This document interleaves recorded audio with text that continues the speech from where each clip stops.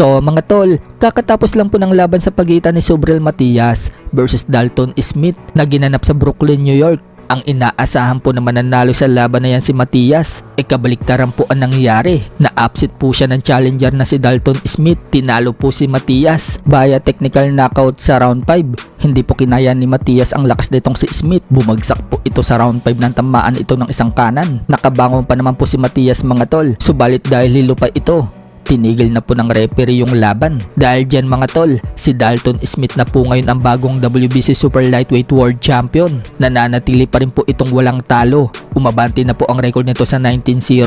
Habang yan na po ang pangatlong talo ni Matias, bumagsak na po ang record nito sa 23 wins and 3 losses. Sa kabilang banda naman mga tol, kung may nakatakdang laban po si Jimwell Pacquiao ngayong darating na February 28 na gaganapin sa New York, USA.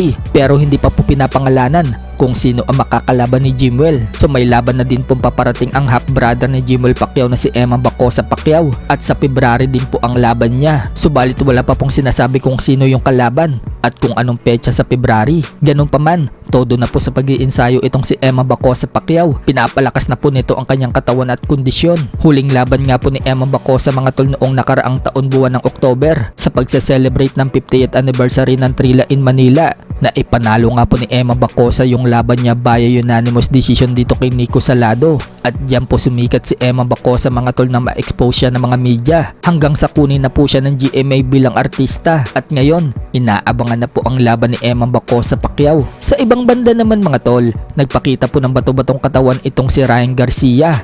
Matindi po ngayon ang paghahanda ni Garcia mga tol dahil malaking laban po itong haharapin niya sa February 21 kung saan makakalaban po niya ang WBC Welterweight World Champion na si Mario Barrios. Marami po ang nagsasabi mga tol na hindi madaling kalaban itong si Barrios dahil matigas itong si Barrios, kaya posible daw matalo si Ryan Garcia sa laban na yan. So tingnan na lang po natin mga tol kung ano ang ipapakita ni Ryan Garcia sa February 21. Kapag nakalusot dyan si Ryan Garcia, posibleng makalaban din ni Manny Pacquiao itong si Ryan Garcia. Sa ibang banda naman mga tol, Sean Gibbons pumunta na po ng Puerto Rico para i-arrange at i-finalize ang laban ni IBF Minimum World Champion Pedro Taduran at Unified Minimum World Champion Oscar Culaso ng Puerto Rico. So tuloy na nga po ang unification fight na yan. Kung sino ang mananalo sa dalawa, ang sunod na makakalaban ay si WBC Minimum World Champion Melvin Jerusalem para sa Undisputed Minimum World Championship. Sa ibang balita naman mga tol, Timothy Bradley